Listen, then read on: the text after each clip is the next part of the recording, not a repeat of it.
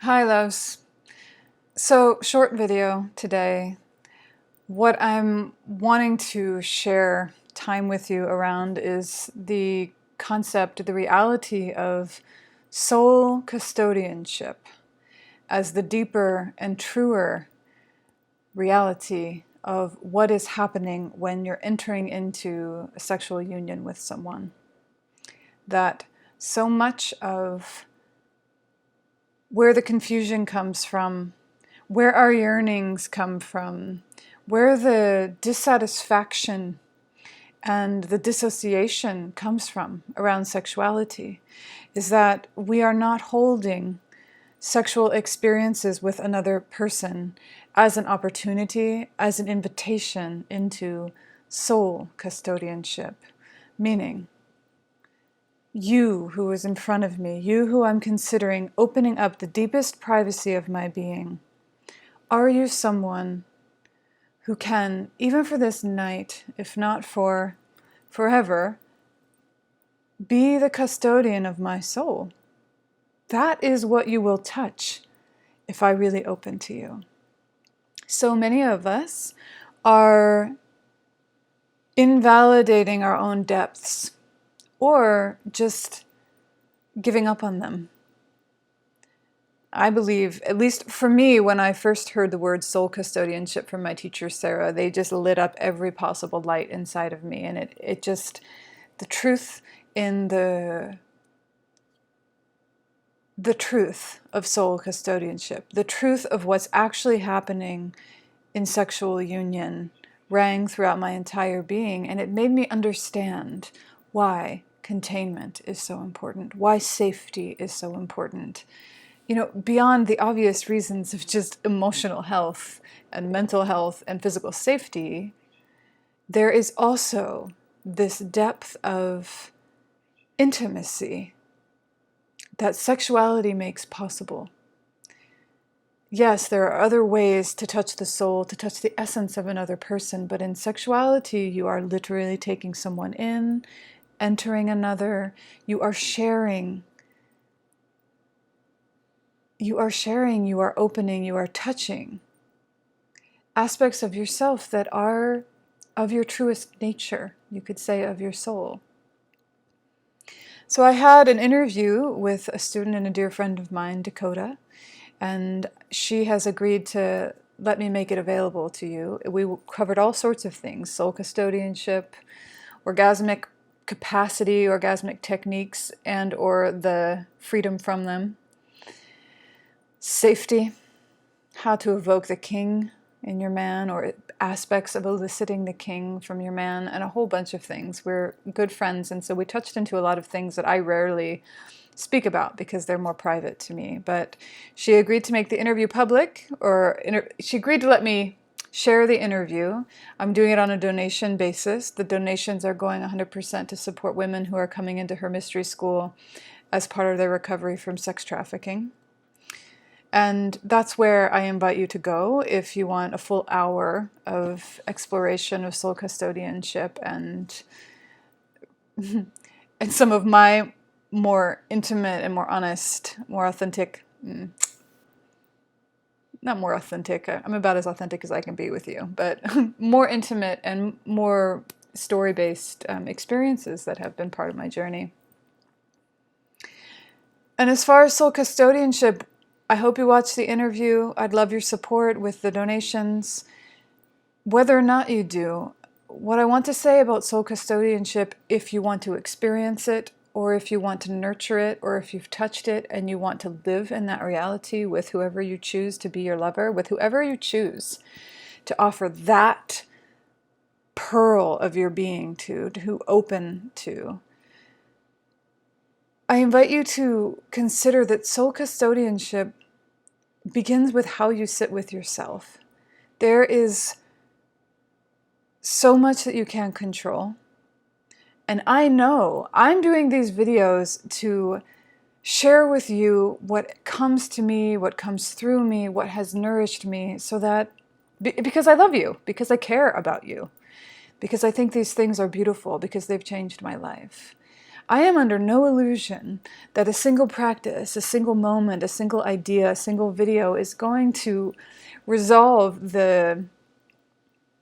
your sexual history, all the impacts, all that may have happened to you as you've come into womanhood, as you've experienced what it is to be a woman incarnate in this world, with what it can do, what it can bring. I realize that there's no quick fix, that we are all companioning each other on a journey that is going to last our lifetime. Because no matter what, it's the journey of a lifetime. We are going to be constantly unfolding, recovering aspects of ourselves, uncovering deeper aspects of our own natures. However, that said, some things are simple because they will be true for you. So if I say soul custodianship to you, and your heart lights up, your compass lines up towards that, then follow that. Feel that and follow that. Start with how you choose the depth of willingness you have to be the custodian of your own soul, to treat your emotional being, your mental health, your body, your sexuality, your tenderness, your power. Treat all of that as synonymous with your soul, that there is no separation between your true nature and all that you are. And that when someone touches you, when you invite someone into intimacy or to privacy, the deeper privacy of your being, that is what you're inviting them into. So who is worthy of that? And are you present enough to that, to know who's worthy of that, and to feel that and bring that to sexual intimacies? There is, to find the truth of soul custodianship, to dedicate ourselves to a depth of intimacy and sexuality and experience of womanhood that is not modeled, or certainly isn't part of the overculture, is to really look hard at everything we've taken in, everything we continue to accept or take in or believe that does not acknowledge the reverence and the depth necessary to hold soul as a part of sexuality, and to cast it out, to disallow that which would distract you or kind of demean or cheapen what it is that sexuality is for you or could be. This is not just about pleasure. This is not just about exuberance. This is about safety. It's about even more than that. It's about letting sexuality become part of a lifelong commitment to becoming your own custodian, the custodian of all that you are and all that is attempting to emerge from you and through you. So I invite you I just want to sprinkle soul custodianship into you, into your mind, into your heart, into the deeper inner privacies of your being, where your yearnings live, and just let you watch it flower however it does. What does it mean to you? What does it call you forward into? How have you touched it? How have you yearned for it? How would you open, do you imagine, in the presence of that kind of meeting? How would you imagine it would show up or let you know that a meeting that you're having is meeting you on that level? So for more about soul custodianship and all sorts of fun things, actually the interview was super fun. You can access the interview below. I'll put a link below. And to journey with me through 9 months of soul custodianship, of yourself as a woman incarnate, really turning toward yourself, your womanhood, your experience of womanhood, as a place worthy of recognition and care and rhythmic support, an internal practice that cultivates more truth in you, more nourishment, healing, please come and join me for her mystery school. We start on September 28th. It's an extraordinary journey. I will be enrolling in the school at the same time as I focalize it, and we spend 9 months asking the question, what does it mean to become a custodian, to become a worthy steward, fully a committed, devoted steward of myself as a woman, to relinquish all the grasping of control that comes from any sense of internal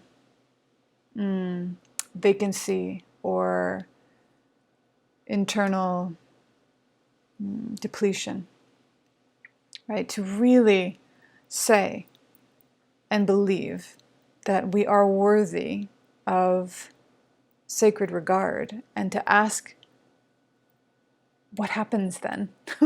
What happens with skillful means and deep feminine practices and 9 months of support and commitment to this? What will happen to you, to me, as I open that inside of myself, or as you turn toward that with the kind of support that can actually guide you closer to yourself rather than pull you out of yourself, or kind of ask you to become something that you're not rather than to remember what you've always been, regardless of all of these circumstances. So, soul custodianship. It's what I hope for you as you sit with yourself and as you choose to open yourself to anyone else, and in the way that you do, and in the possibilities of what you can reach in terms of, sure, heights of opening and pleasure, but more like depth of heart, depth and comfort of real secure, really honoring, really sensitive and sensitized meeting and companioning with another. It does exist. You are capable and very deserving of it, and it will come if you start to, or if you start with yourself, right? Anyway, nice to have just a moment with you, and I hope you enjoy the interview, and I hope if you're called that you come to this school. I would love to walk this with you. Blessed be.